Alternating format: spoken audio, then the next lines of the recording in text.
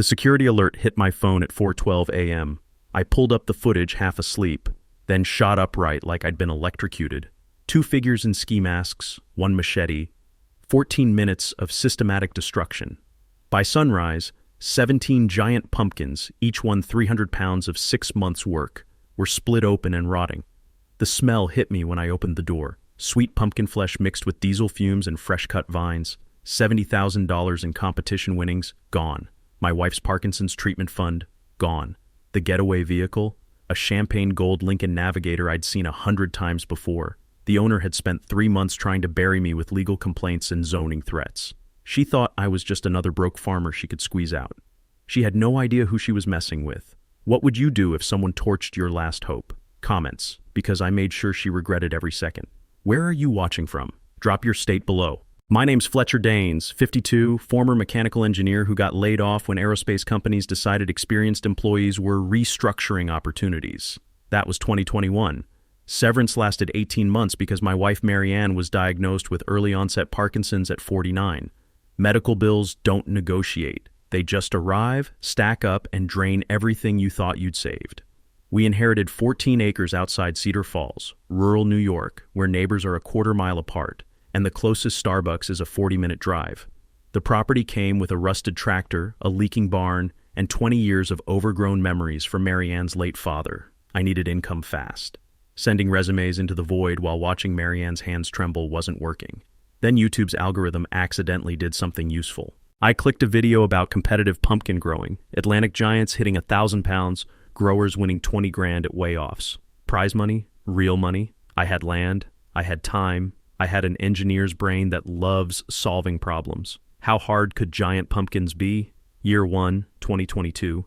4 pumpkins, endless research, seeds from a Nova Scotia guy who talked like a drug dealer. These genetics are fire, bud.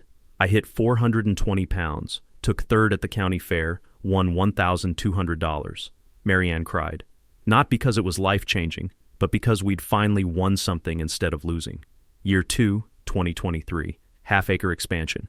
Drip irrigation, soil amendments, hoop houses, hand-pollinating flowers at dawn, burying vines so they root deeper, monitoring moisture like I was growing diamonds. 8 pumpkins, 3 competitions. $8,500 in prizes. Then I added agritourism. Families paid $5 to visit the patch in October. Hay rides, photo ops, pumpkin painting. Marianne ran the register from her wheelchair, laughing with every kid like they were her own grandchildren.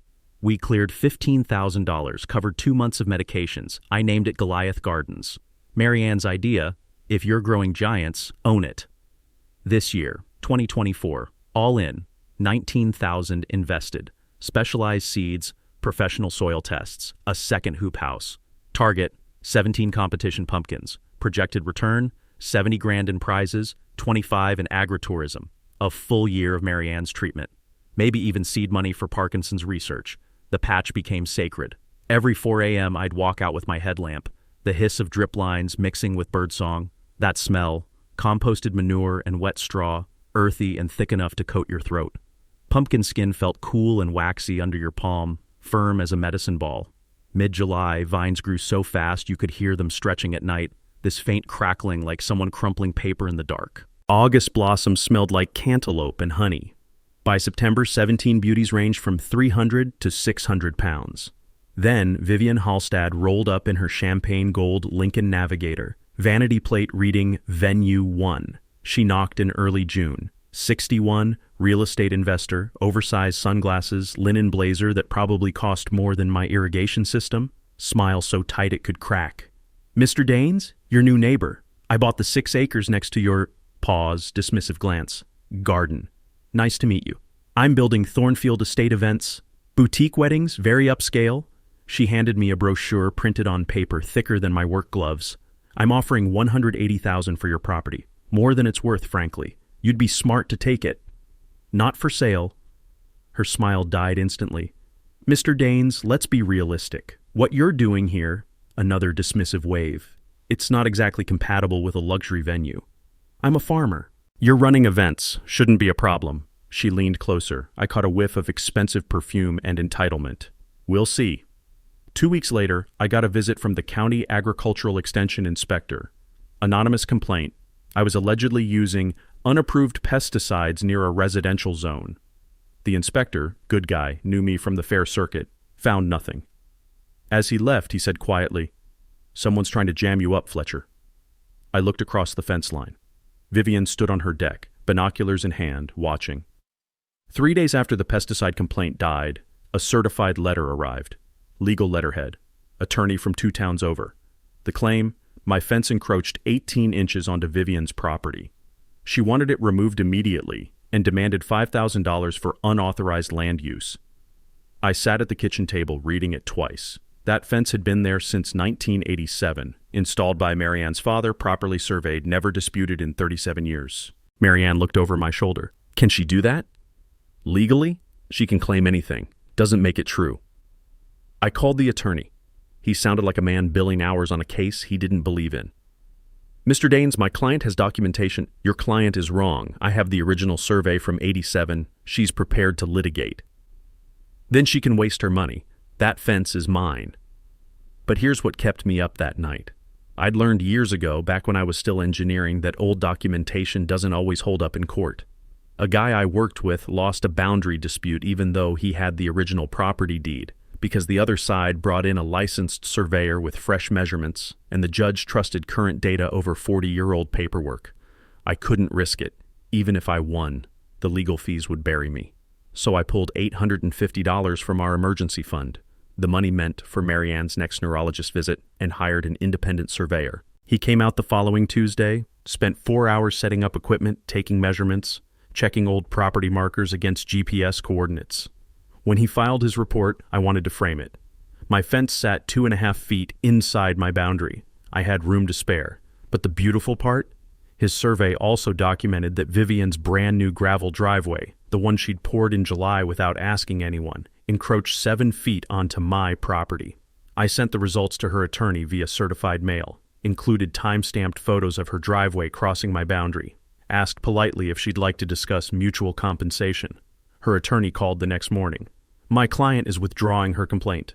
No apology, no explanation, just gone. I hung up and laughed so hard Marianne thought I'd lost it. She tried to take my land, I said, and accidentally confessed she'd already taken some of it. For about a week, I thought we were done. Then Vivian went nuclear on social media. She launched an Instagram account overnight. Thornfield Estate Vertical Bar Luxury Weddings. Professional photos, drone footage, captions full of aspirational nonsense about curating unforgettable moments and transforming Cedar Falls. But she didn't stop there. She angled every drone shot to include my pumpkin patch in the background, made it look like my farm was somehow connected to her venue. Then came the captions. Working hard to beautify our little corner of town, though some neighbors need encouragement, #rustic charm #work in progress. She tagged wedding planners, local influencers, every venue within 50 miles. The comments poured in. OMG, is that a junkyard next door? Nothing says luxury like farm equipment in your ceremony photos. Girl, you're gonna need a tall fence. Within days, I started getting looks at the hardware store. Not hostile, just confused.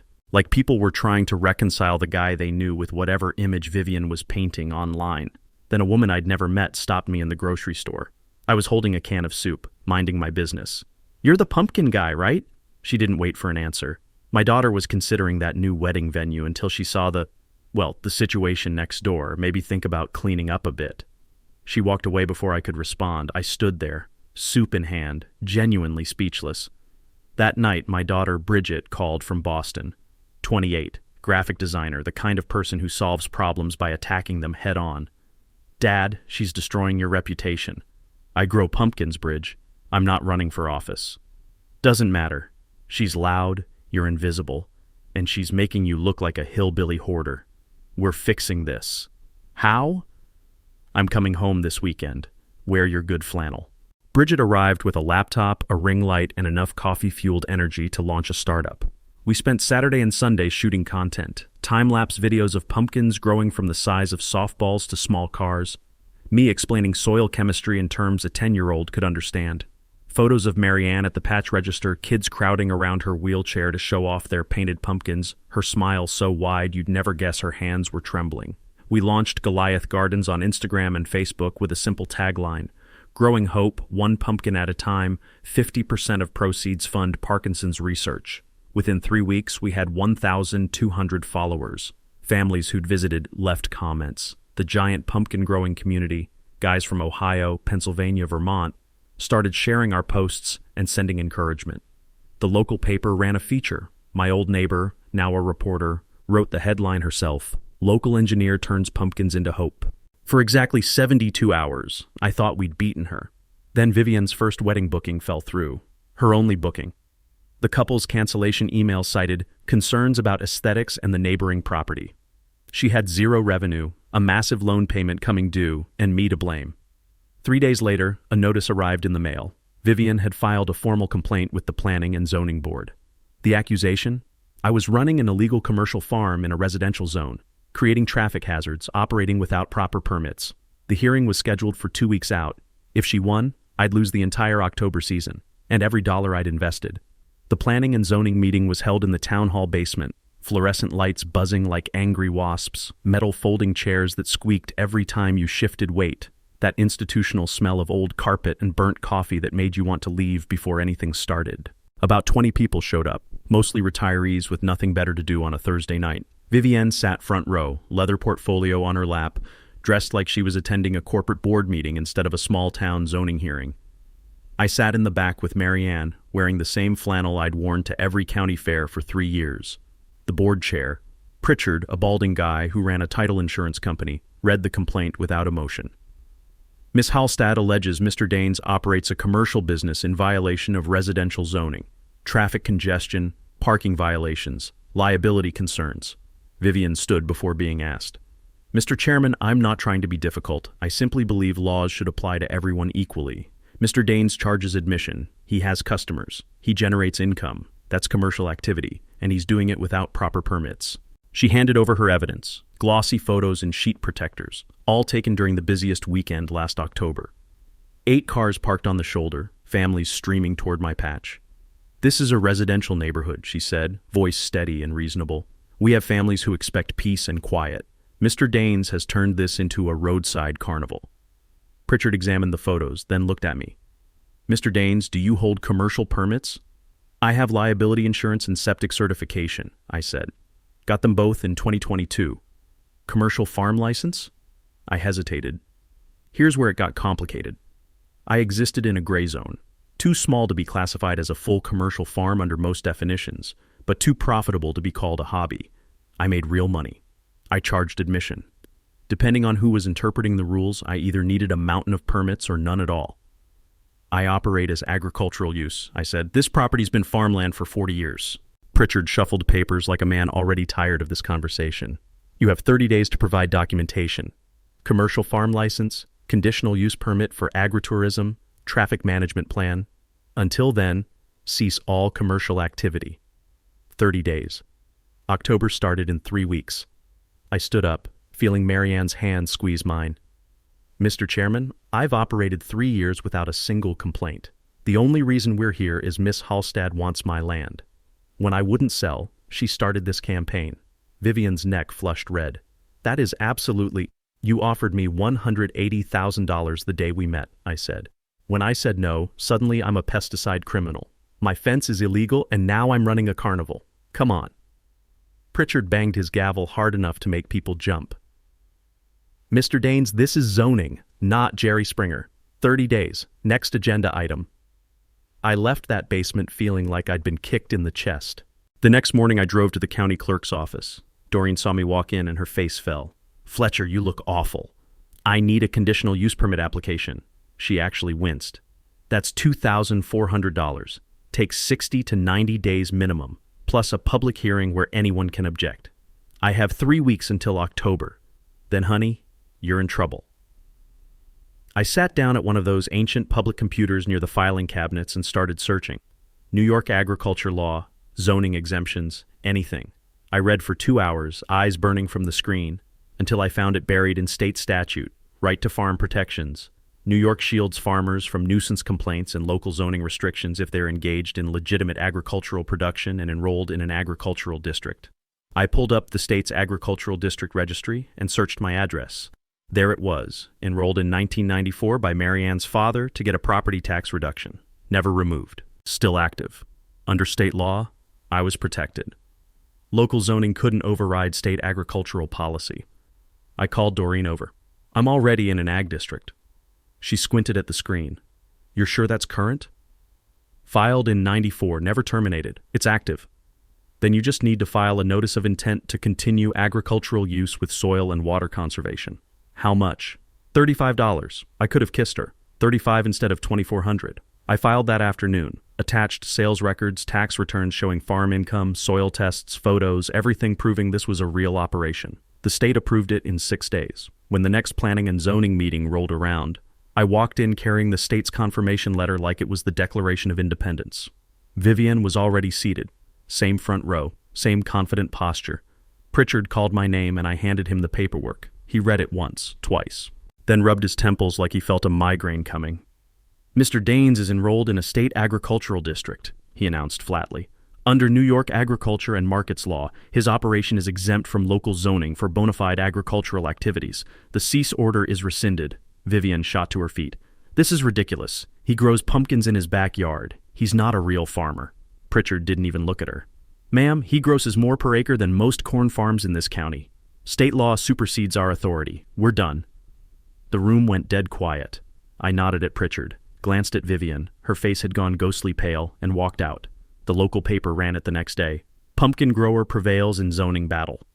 Facebook lit up. Longtime residents applauded. One comment got over 300 reactions.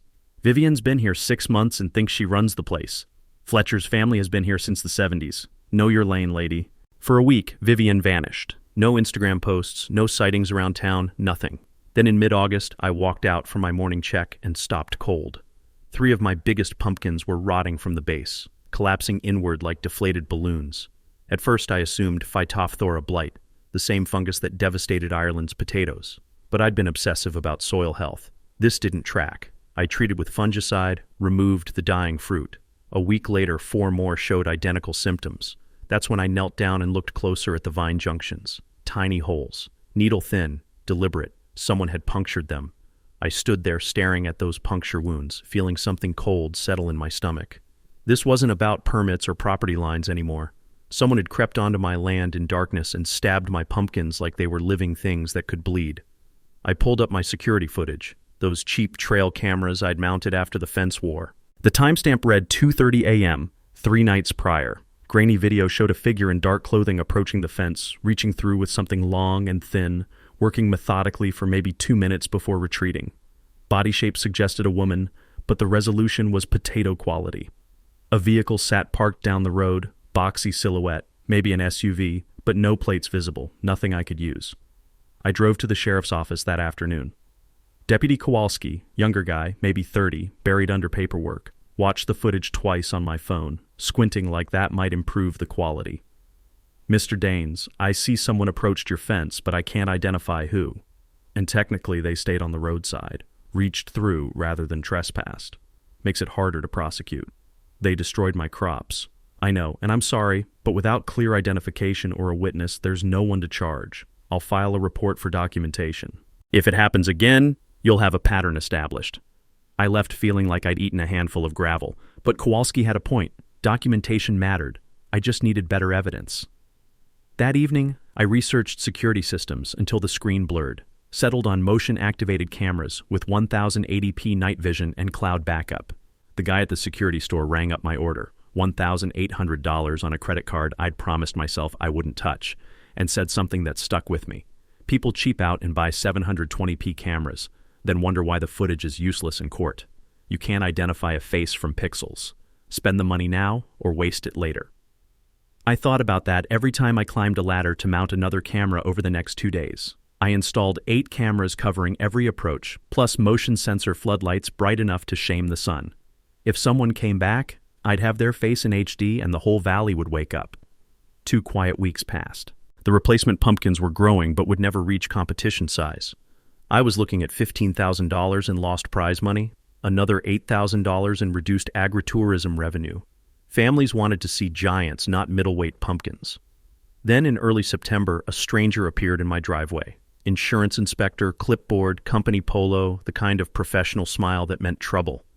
Mr. Daines, I'm here about a liability complaint filed against your policy. My stomach dropped 6 inches. By who? Can't disclose that, sir, but I need to inspect your operation. Standard protocol. The complaint alleged my unsecured agricultural operation posed fire hazards, attracted rodents, and, I'm not making this up, created rollover risks, because giant pumpkins might somehow escape and roll onto neighboring properties. If it wasn't so clearly malicious, it would have been comedy. The inspector spent an hour walking my property. Checked equipment storage, reviewed pest control logs, examined fencing, tested fire extinguishers. Finally, he closed his tablet and said, "Mr. Daines, your operation exceeds every safety standard I've got on this checklist. Whoever filed this was fishing for violations that don't exist. You're completely compliant." "So my rates won't go up?" he grimaced. "I'm filing that you passed inspection, but the complaint itself is now part of your permanent record. When underwriters review your renewal, they'll see complaint activity. Even though you were cleared, they treat it as elevated risk. It's a broken system, but that's how it works." 3 weeks later, my renewal notice arrived. 18% premium increase. I called my agent, known him 10 years, and he spoke quietly like someone might be listening. "Fletcher, I fought this. You passed inspection with flying colors. But the system sees complaint filed and automatically flags you as higher risk. Underwriting won't budge. I'm sorry." I sat at the kitchen table that night with a calculator, adding up damage. Sabotage, $23,000 lost. Security system, $1,800. Insurance increase, $400 annually forever. Vivian hadn't touched me, hadn't broken any provable laws, but she'd cost me over $25,000 and permanently increased my operating costs. Marianne wheeled next to me, placed her trembling hand on my arm. "What do we do now?" Before I could answer, truck headlights swept across our window. Hank from the diner climbed out carrying a thermos. Behind him, 3 more trucks. Hardware store owner, church pastor, 2 farmers from the valley over. Hank knocked, and when I opened the door, he said, "We're doing pumpkin patrol. You're not fighting this alone." They organized shifts without asking. Every night, volunteers parked lawn chairs at my property edge, drank coffee that could strip paint, watched my security feeds, and made damn sure nobody got close. Word spread. Within a week, Vivienne's wedding venue had 6 new 1-star Google reviews. Owner harasses neighbors. Not welcome here. Research before booking. Her Instagram went dark. No posts, no drone footage. Silent. I thought maybe we'd won. I thought the community pressure had finally broken her. I should have known better. On October 15th at 3:47 a.m., every motion sensor triggered simultaneously. My phone exploded with alerts. I pulled up the live feed and watched 2 figures in ski masks breach my gate with bolt cutters, walk straight to my pumpkins with a machete and sledgehammer, and spend 14 minutes methodically destroying everything I'd spent 6 months growing. The footage was crystal clear, high definition, night vision sharp enough to count the threads on their masks. And the getaway vehicle, champagne gold Lincoln Navigator, custom roof rack, distinctive body style, sat parked 30 feet away with its engine running. The sheriff left at dawn after documenting everything, yellow tape fluttering around my destroyed patch like crime scene confetti. 17 pumpkins reduced to orange mush, $70,000 in revenue gone, and Vivian's freshly washed Navigator sitting in her driveway still dripping water from a 5 a.m. cleanup. Deputy Kowalski had been apologetic but clear. "We know it was her. DA knows it was her. But muddy plates and ski masks mean we can't prove it was her. Unless she confesses or we find the machete in her trunk, we've got nothing." I'd nodded, numb, and watched him drive away. Bridget arrived from Boston that morning, took one look at the carnage and said flatly, "Sue her into the ground." With what money? We're tapped out. Then we crowdfund it. We make her famous for all the wrong reasons. I appreciated the anger, but lawsuits cost money I didn't have, and winning a judgment against someone with no assets just meant owning their debt. The following weekend was Marianne's birthday. We'd planned a small dinner, just family, cake, maybe a reason to smile for one evening. My brother-in-law Raymond drove over from Syracuse with flowers and wine, the kind of thoughtful gesture that made you remember why Marianne's sister married him. Raymond works in commercial real estate finance, spends his days analyzing property deals and distressed assets like some people watch sports. Over birthday cake, nobody felt like eating. He mentioned casually, "Saw something odd this week. Vivian's property popped up on my foreclosure watch list." I looked up from my untouched slice. Her what? Distressed asset database? Properties with loans coming due, high default risk. She's on it. Marianne set down her fork. I thought she paid cash. That's what she wanted people to think. Raymond pulled out his phone, navigated to the county clerk's public records. She took a bridge loan. Big one. He turned the screen toward me. Apex Horizon Capital, principal, $600,000, term 12 months, interest 14%, balloon payment due November 15th, 2024, total owed $684,000. I read it twice, my engineer brain automatically calculating how impossible those terms were. Nobody takes a loan like that unless they're desperate or stupid. She's neither, Raymond said. She's trapped. Bridge loans are supposed to be short-term. You borrow high-interest money, execute your business plan fast, then refinance into something sustainable. But her plan failed. He pulled up more records. Vivian's business projections, filed with the lender as part of her loan application. 15 to 20 weddings, grossing $240,000 first season, enough to qualify for conventional refinancing. Reality, 2 bookings, 1 canceled, maybe $15,000 earned total. She can't make that balloon payment, I said. Not even close. And if she defaults? Apex forecloses, auctions the property, she loses everything, plus remains personally liable for any deficiency. She's facing financial annihilation in 4 weeks. Marianne's hand shook as she set down her coffee. So destroying Fletcher's pumpkins was desperation, Raymond finished. Look at the loan appraisal. He scrolled to the document. Property value, $720,000, contingent on premium wedding venue development potential. But buried in the fine print, value would increase 20 to 30% with acquisition of adjacent 14-acre parcel, Dane's property, enabling expanded facilities, parking, and grounds. Current adjacency to active agricultural operation may limit refinancing options. The words sat there like a confession. My refusal to sell hadn't just annoyed her. It had capped her property value and made refinancing nearly impossible. She needed me gone, I said slowly. If my operation failed, her property appraised higher. If I sold cheap out of desperation, she could expand and save herself. Exactly, Bridget's voice was ice. So she spent 3 months trying to destroy you to save her own skin. I should have felt vindicated. Instead, I felt something else turning over in my mind. Raymond, how many other properties has Apex Horizon foreclosed on?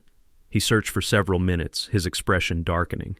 43 in upstate New York alone, past 3 years, almost all targeting women over 50 or retirees, bridge loans with identical terms, high interest, short timeline, balloon payments designed to fail. They're farming foreclosures, I said. They loan to people with dreams and limited options, wait for default. Seize properties worth more than the loan, flip them for profit. Raymond nodded grimly. Profit margin runs 30 to 40% per deal. It's legal, predatory, and incredibly effective. Marianne looked at me, reading my face the way she had for 28 years. You're not thinking about revenge anymore. No, I admitted. I'm thinking about stopping them. Bridget shook her head. Dad, Vivian tried to destroy your life. I know, but Apex Horizon is destroying dozens of lives. Vivian's a weapon they're wielding. I want to disarm the person holding it. Monday morning, I walked into the county clerk's office with half a plan and a lot of desperation. Doreen took one look at my face and poured coffee without asking, the kind that smelled like it had been sitting on the burner since the Carter administration. Fletcher, you've got that look. The one that means you're about to do something either brilliant or stupid. Possibly both. I pulled out my notepad. I need everything public record on Apex Horizon Capital's foreclosures. How many, who they targeted, complaints filed, the whole picture.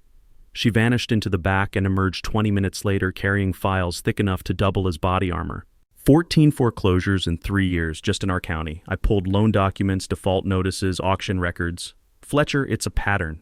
They hunt people with decent credit but no cash cushion. Women over 50, recent divorcees, retirees chasing second-act dreams. Fast approval, friendly terms up front, back-end structured to guarantee you'll fail. I flipped through the stack. Retired teacher who lost her grandfather's farm, young couple who'd tried house flipping, disabled veteran who wanted a woodworking business. Every single file ended the same way. Default, foreclosure, still owing money after losing everything. And this is legal, Doreen's mouth tightened. Legal enough that they've never been charged. Predatory as hell, but they're careful. I called Raymond on speaker right there at Doreen's desk. I need deep research on Apex Horizon. Corporate structure, CEO background, media coverage, any complaints with the Attorney General's office. How deep? Deep enough to find where they're vulnerable. Raymond promised 48 hours. While I waited, I did something that felt both necessary and slightly insane. I contacted a lawyer. The free kind, because the expensive kind charge more per hour than I used to make per day. Rural legal aid connected me with Lucinda Park, mid-30s, Yale Law pedigree, doing public service time before returning to corporate practice. We met in a conference room that smelled like toner cartridge and disappointment. I spread my evidence across the table: harassment timeline, destroyed pumpkins, HD security footage, Raymond's financial analysis, Doreen's foreclosure files. Lucinda studied everything with the focus of someone reading a chessboard 6 moves ahead. Tortious interference, intentional infliction of emotional distress. You've got a civil case against Vivian, but she's judgment-proof. Winning a lawsuit against someone broke just means you own their worthless debt. So suing her is pointless. Completely. But, Lucinda leaned forward, what if her lender told her to sabotage you?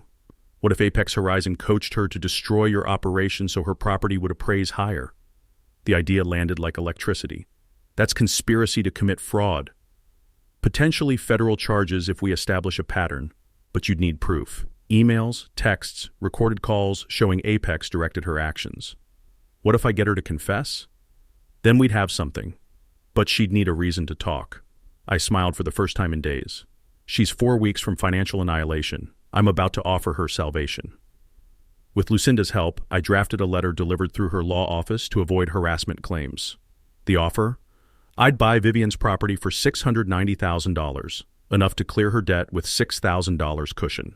Close by November 10th, before her balloon payment. She'd sign a non-disparagement agreement and we'd both move on. The stated reason, expanding my farm. The real reason, if she accepted, I got her land at cost and could resell later. If she refused, I'd learn exactly how desperate she was. Small problem, I didn't have $690,000. Raymond helped me navigate the financial tightrope. Using my property and farm revenue as collateral, I secured pre-approval for a commercial loan, $700,000, 20 years, 7.5% interest. One bad harvest and I'd lose everything.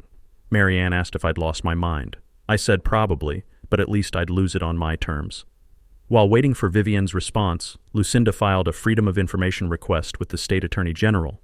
All complaints and investigations involving Apex Horizon past 5 years. Cost nothing but time. 3 weeks later, results arrived. 12 formal complaints, 2 quiet settlements, consistent allegations of coercion and misrepresentation. Not enough for charges, but enough to prove Apex had been dancing on the edge of legality for years. Then Lucinda mentioned something I'd never considered. New York is one-party consent. If you're in a conversation, you can record it without telling the other person.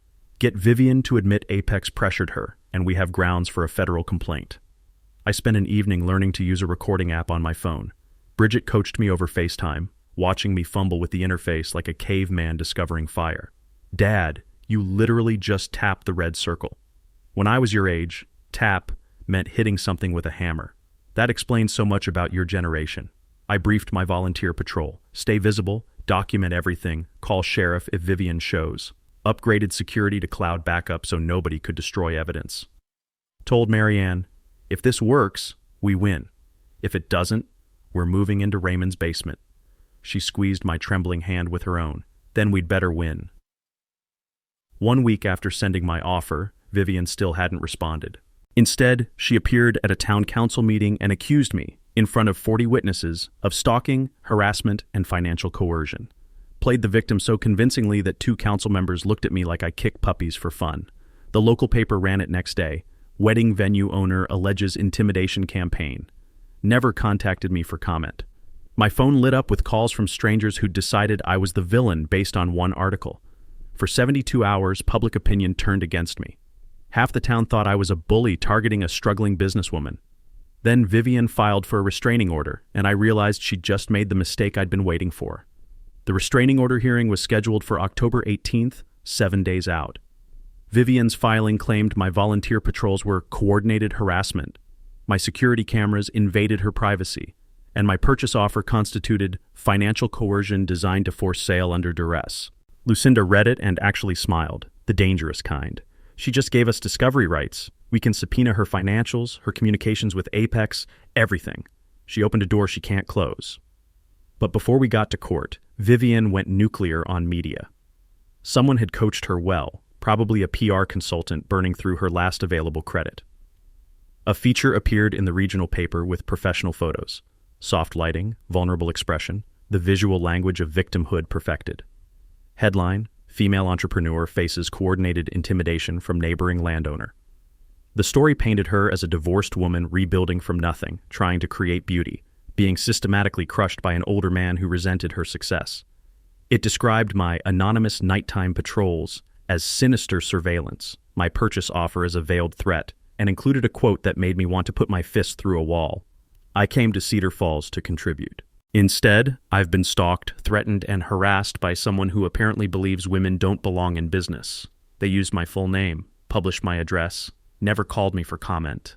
My phone exploded within an hour. Half the calls were supportive, people who knew me, knew the history. The other half were strangers who'd appointed themselves judge and jury. One voicemail was just someone screaming incoherently for 30 seconds before hanging up. Another guy called me a sexist dinosaur who should be in prison. The local Facebook group fractured. Newer residents, COVID transplants who didn't know anyone's history, declared me a textbook example of toxic masculinity and small-town corruption. They posted think pieces about patriarchy and old boys clubs. When Bridget defended me online, 3 people accused her of enabling abusive behavior, and one suggested she needed therapy to unpack her internalized misogyny.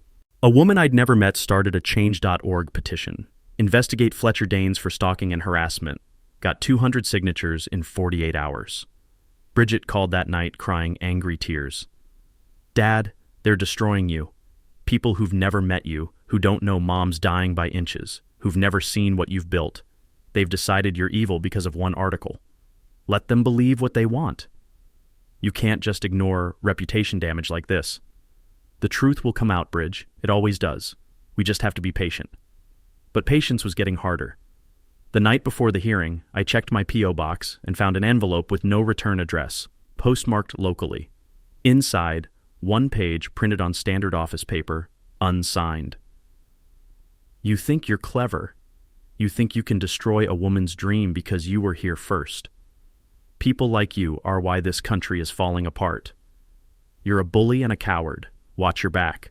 I brought it home, showed Marianne. She read it once and said immediately, "That's not her. How can you tell? Vivian fights with lawyers and zoning codes. This is raw emotion. Someone read that article and decided to be her avenging angel."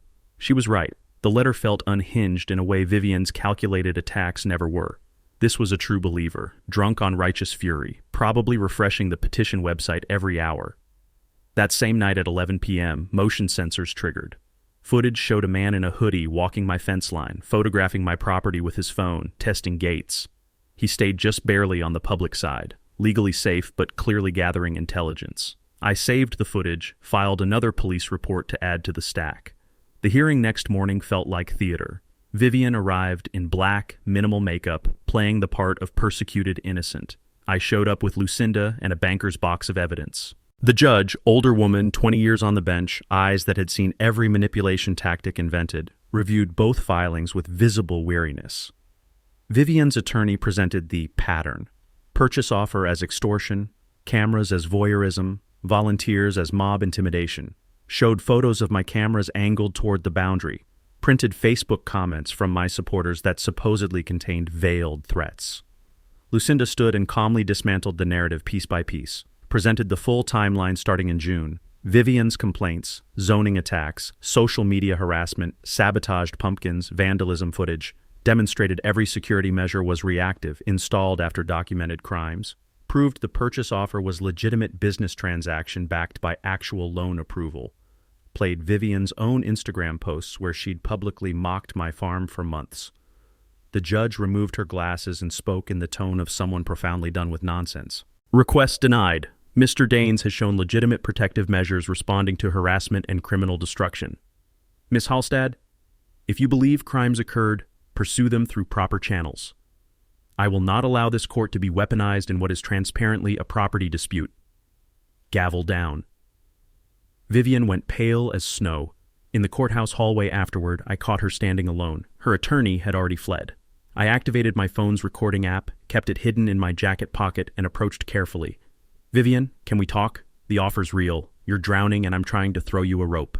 She turned, and I saw something I hadn't expected. Not anger, but exhaustion so deep it looked like despair. You don't get it. Help me understand. She glanced around to ensure privacy, and when she spoke, her voice cracked. You think I want to fight you? I have $11,000 and $684,000 in debt. My ex took everything, house, retirement, everything. This venue was my second chance. Then take my offer and walk away whole. Her laugh sounded like breaking glass. I can't. They won't let me. Who won't? Apex? Her eyes widened as she realized the slip. Forget I said anything. Stay away from me. She practically ran toward the exit, heels echoing off marble like gunshots. I stood there with my phone still recording, pulse hammering. Not a full confession, but close. They won't let me. Proof of external control. I drove straight to Lucinda's office. I got her admitting the lenders controlling her moves. Lucinda listened to the recording twice. It's good, but not prosecutable. We need more. We need to confront Apex Horizon directly. I took a breath. Then I'm going to New York.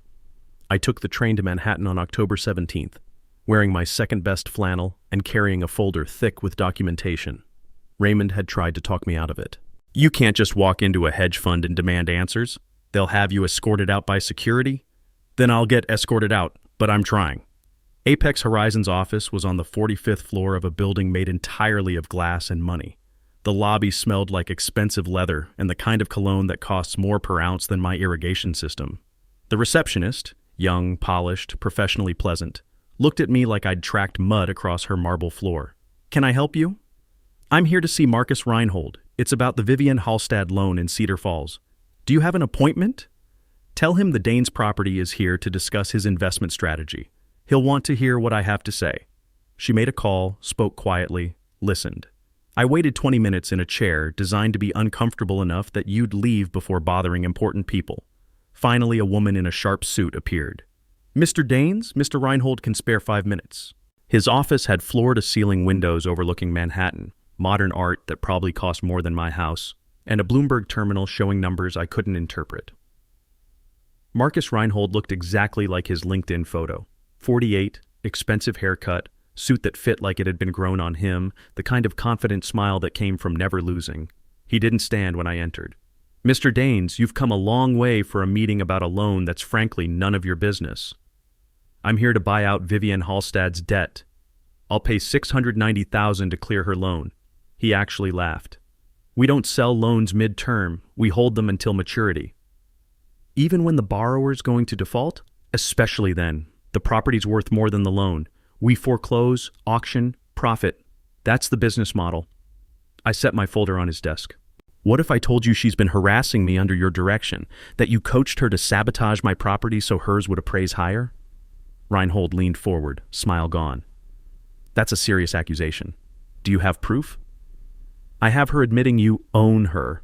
I have a pattern of your firm targeting desperate borrowers. I have Attorney General complaints showing you've skirted the law for years. All legal activities were not a charity, Mr. Danes. Maybe, but what happens when I go to the press? Predatory Wall Street lender drives woman to vandalism. When I tie your firm's name to criminal destruction of property? Reinhold's expression hardened into something cold and precise. You have nothing actionable. And if you defame my company, I'll bury you in litigation so deep your grandchildren will be paying legal fees. You're a farmer. You can't afford to fight us. Maybe not, but I can afford to be loud. And I know a reporter at the Times who loves David versus Goliath stories. He stood, conversation over. Get out and tell Miss Hallstad her balloon payment is due in 4 weeks. If she's 1 day late, we foreclose on November 16th. I left that office understanding 2 things.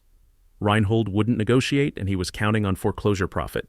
But the meeting had given me something valuable. Confirmation that Apex was ruthless and that they'd structured Vivian's loan to fail. On the train ride home, I called Lucinda. He won't deal. We need to force a public confrontation. When I got back to Cedar Falls that evening, 40 people were waiting at my barn. Hank had organized it without asking. Every volunteer who'd been on pumpkin patrol, plus local business owners, the hardware store manager, Doreen from the clerk's office, even the pastor from the Methodist church. They'd brought coffee and determination. I spread Raymond's research across a folding table. Apex Horizon had foreclosed on 14 properties in our county alone, 43 across upstate New York. Victims included a retired teacher, a disabled veteran, a young couple trying to renovate their first investment property. Pattern was identical every time. Bridge loans with impossible terms, targeting emotionally vulnerable people with big dreams and limited options. Estimated wealth extracted from our county, $4.2 million. This isn't about me and Vivian anymore, I said. She's a weapon being used by people who've been bleeding our community for years. Hank spoke up, voice rough. So what do? We expose them. The County Harvest Festival is in 5 days. 2,000 people attend. Local media covers it. All 3 county supervisors will be there. We create a display documenting everything. Apex's predatory lending, victim testimonials, the connection to Vivian's harassment. We generate enough public outrage that the state attorney general has to investigate. Doreen nodded slowly. I can pull public foreclosure records, make it visual. I can get the veteran to tell his story, the pastor said. He's been destroyed by shame, but maybe this gives him purpose. We worked until midnight building the display. Poster boards with foreclosure timelines, photos of my destroyed pumpkins, charts showing Apex's profit margins from public financial filings, QR codes linking to cloud drives with full documentation, a banner Bridget designed, protect Cedar Falls from predatory lenders. Raymond helped me craft a press packet, executive summary, victim testimonials, call for AG investigation, professional enough that media couldn't dismiss it. The plan was risky. If it worked, we'd force Apex into damage control and potentially save future victims. If it failed, I'd look like a conspiracy theorist and Vivian would still lose everything. Marianne asked if I was sure. I told her I'd never been less sure of anything, but doing nothing felt worse. Sometimes you don't choose the fight, I said. The fight chooses you, and you just decide whether to stand or run. The festival was October 22nd. We had 5 days to prepare. I thought I'd covered every angle, anticipated every response. I was wrong. On the night of October 15th at 3:47 a.m., my phone lit up with alerts. Every motion sensor triggered simultaneously. I grabbed my phone with shaking hands and watched the live feed. 2 figures in ski masks cutting through my gate with bolt cutters, walking directly to my pumpkins with a machete and sledgehammer, methodically destroying every single one over 14 minutes. The footage was crystal clear. 1080p night vision, facial features hidden but body language visible. And the getaway vehicle sat in perfect frame. Champagne gold Lincoln Navigator, custom roof rack, distinctive aftermarket wheels, engine running. I called 911 with tears running down my face. Not from sadness, from rage so pure it felt like fuel. The sheriff arrived by dawn, documented everything with photographs that felt like crime scene evidence, and told me what I already knew. Without seeing faces, charging anyone would be nearly impossible. The DA would call it circumstantial. I stood in the ruins of 6 months' work, orange flesh rotting in the October cold, and felt something settle in me that wasn't quite acceptance, but close. This was always going to end publicly. By noon, word had spread through Cedar Falls faster than any social media algorithm could manage. Families who'd planned to visit my patch for Halloween called asking if we were okay. The hardware store owner drove over with coffee and stayed for an hour without saying much, just being present. Hank showed up with the pastor and 3 other patrol volunteers. Nobody said, "I'm sorry." They said, "What do we do now? We finish what we started." Festival's in 1 week. She handed us the ending. We spent the next 6 days building something bigger than I'd originally planned. The booth went from simple documentation to a full investigation display. Bridget designed graphics showing the timeline. Vivian's harassment beginning in June, escalating through fall, culminating in the destruction. Side-by-side comparison of her Navigator from my security footage and photos of her vehicle from town. Financial breakdown of Apex Horizon's foreclosure profits. Testimonials from 3 local victims willing to go on record. The retired teacher who'd lost her family farm wrote, "They made me feel stupid for trusting them. I wasn't stupid, I was desperate. There's a difference." Raymond confirmed that regional TV from Syracuse was sending a crew.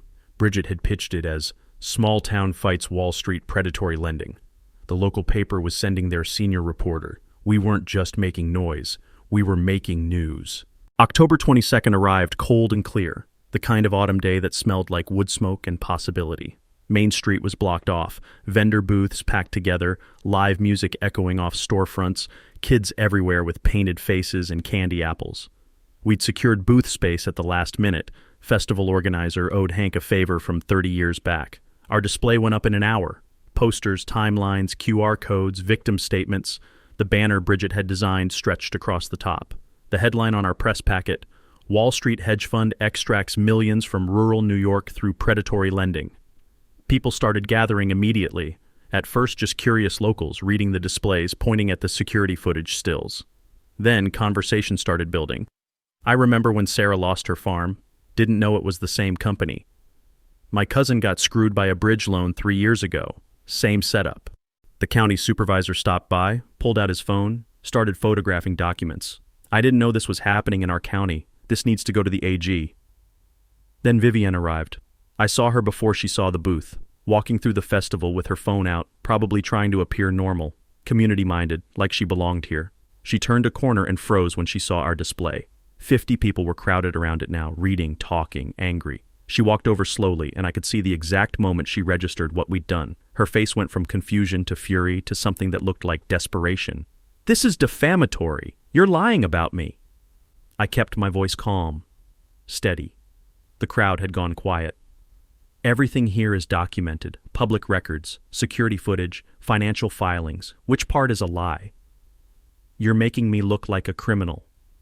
You destroyed my property on October 15th at 3:47 a.m. We have HD footage of your vehicle." "That wasn't me. Someone could have stolen my car, borrowed it, anything." "Vivian, you're not the villain here. You're a victim. Apex Horizon set you up to fail." She laughed, bitter and sharp. "You don't understand. They said if I could get you to sell, they'd refinance me. They said you were the problem keeping my property value down." The crowd murmured. She realized what she just admitted in front of witnesses. Before she could walk away, a black Audi pulled up illegally at the curb, blocking the street. A man in a suit stepped out like he owned the town, Marcus Reinhold. He walked straight to Vivian, ignored me completely. "Don't say another word. I'm here to protect our investment." I stepped forward. "You came from New York for a small-town festival? I'm flattered. I came to prevent you from spreading defamatory lies about my company." The TV camera swung toward him. Crew had arrived 10 minutes earlier, been filming everything. The reporter approached with a microphone. "Sir, are you with Apex Horizon Capital? Can you comment on allegations of predatory lending practices?" "We're a legitimate financial services firm operating within all legal boundaries. These accusations are baseless." I pulled out my phone. "Then explain why you told me you prefer borrowers to default because foreclosure is more profitable than loan repayment." "I never said that. I recorded our conversation. New York is one-party consent. Want me to play it?" I was bluffing. I hadn't recorded the New York meeting. Too risky. But Reinhold didn't know that. His jaw tightened. The county supervisor stepped forward. "Mr. Reinhold, I'm authorized to inform you that our county attorney is filing a complaint with the state attorney general regarding your firm's lending practices. We've documented 14 cases in 3 years." Reinhold's confidence cracked slightly. "Those are legal transactions."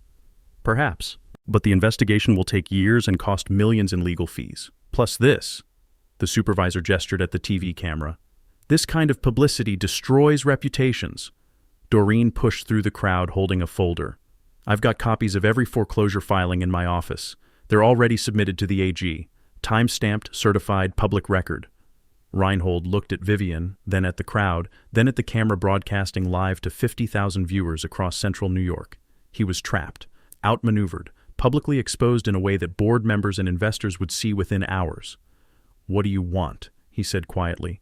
"Vivian walks away clean. Forgive the loan or let me buy the property for $690 without deficiency judgment." Impossible. Then we continue. I've got victim testimonials lined up for the next 3 months. Every newspaper, every local TV station, every platform that'll listen. Your company's name attached to predatory and Wall Street greed in every story. The crowd had grown to over 100 people now, phones out, recording everything. The reporter was live streaming. This wasn't a private negotiation anymore. This was theater, and Reinhold was losing. "Fine. Sale closes in 2 weeks. No deficiency, but she signs a release."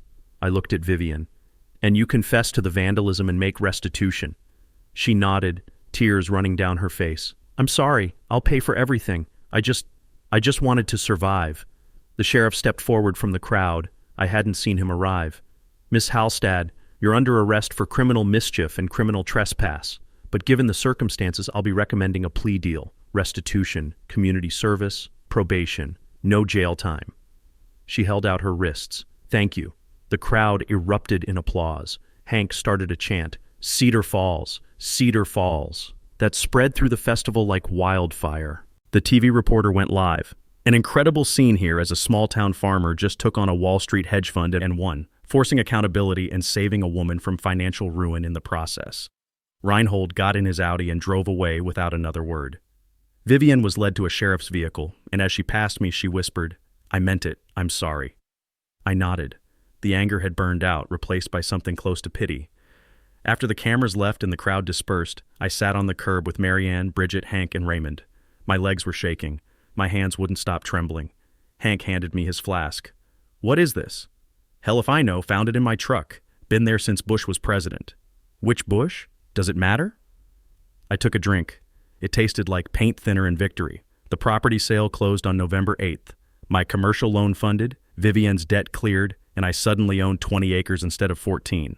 She left Cedar Falls the same week, moved back to Rochester, took a corporate job managing events for a hotel chain. Humbled, employed, alive, Vivian pleaded guilty to criminal mischief, 200 hours community service at the county food bank, 2 years probation, $70,000 restitution paid through her portion of the sale proceeds and insurance settlement. I used the money to rebuild. $8,000 for new irrigation, $5,000 for late season plantings for next year's crop, the remaining $57,000 into an emergency fund I swore I'd never touch again. The state attorney general opened a formal investigation into Apex Horizon that would take 18 months, but eventually result in a $2.4 million settlement and policy changes prohibiting certain predatory loan structures. I became a consultant for the AG's office, helping identify other victims, testifying at hearings, turning my anger into something useful. In mid-November, I organized a pumpkin patch rebuild day.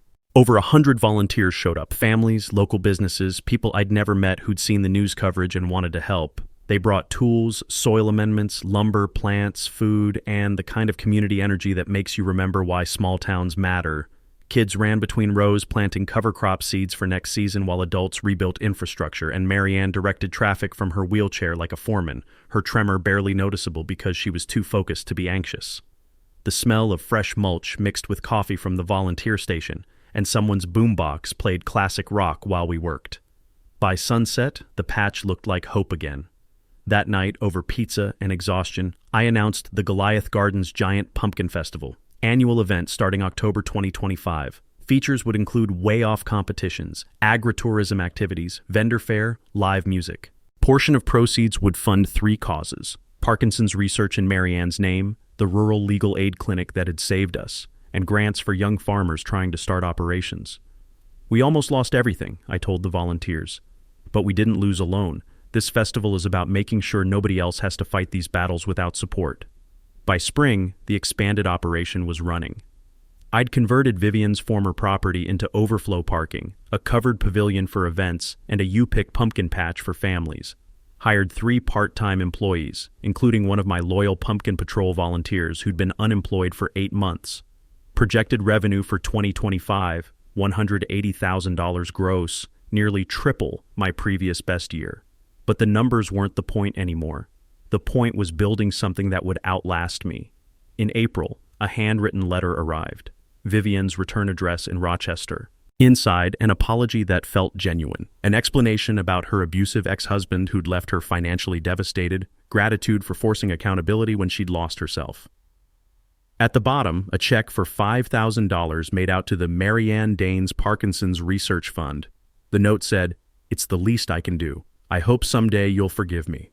More importantly, I hope someday I'll forgive myself." I framed the letter, hung it in my barn office next to photos of that first county fair ribbon from 2022. Not because I wanted to remember the fight, but because I wanted to remember that hurt people can heal if someone gives them the chance. 6 months after the festival, our county passed the Predatory Lending Transparency Ordinance, requiring all private lenders operating locally to register and publicly disclose loan terms. 3 other counties adopted similar measures. Apex Horizon exited the rural lending market entirely, shifted to commercial real estate in cities where oversight was lighter. It wasn't perfect justice, but it was something. 1 year later, October 2025, the first annual Goliath Gardens Festival drew 3,000 people. We raised $40,000 for our 3 causes. My largest pumpkin weighed 1,347 pounds, took 3rd place at the state championship, and made me feel like a kid again. Marianne cut the ribbon on the new event pavilion, which we'd named, over her protests, the Vivian Halstad Redemption Pavilion. "Why name it after her?" Bridget had asked. "Because forgiveness is harder than revenge," I said. And more important, the regional TV crew returned for a follow-up story. Where are they now? They interviewed me in the patch at sunset, golden light making everything look like a painting. Someone asked if I regret not just selling and walking away. I told the camera. The answer's no. Because this, I gestured at the festival crowd, families laughing, kids running, community together. This is what happens when people decide other people matter more than profit. When you stop fighting alone and start fighting together. The reporter asked for a closing thought. I looked at Marianne in her wheelchair, surrounded by volunteers who'd become family, and said, if you've dealt with a predatory lender, an HOA nightmare, a corrupt boss, any petty tyrant who thought they could crush you, don't fight alone. Document everything, find your people, and make enough noise that they can't ignore you. Drop your story in the comments so we can build a database of justice. Hit subscribe so you don't miss what happens when we take on the next bully. The camera kept rolling as the sun set behind the pavilion. Final shot.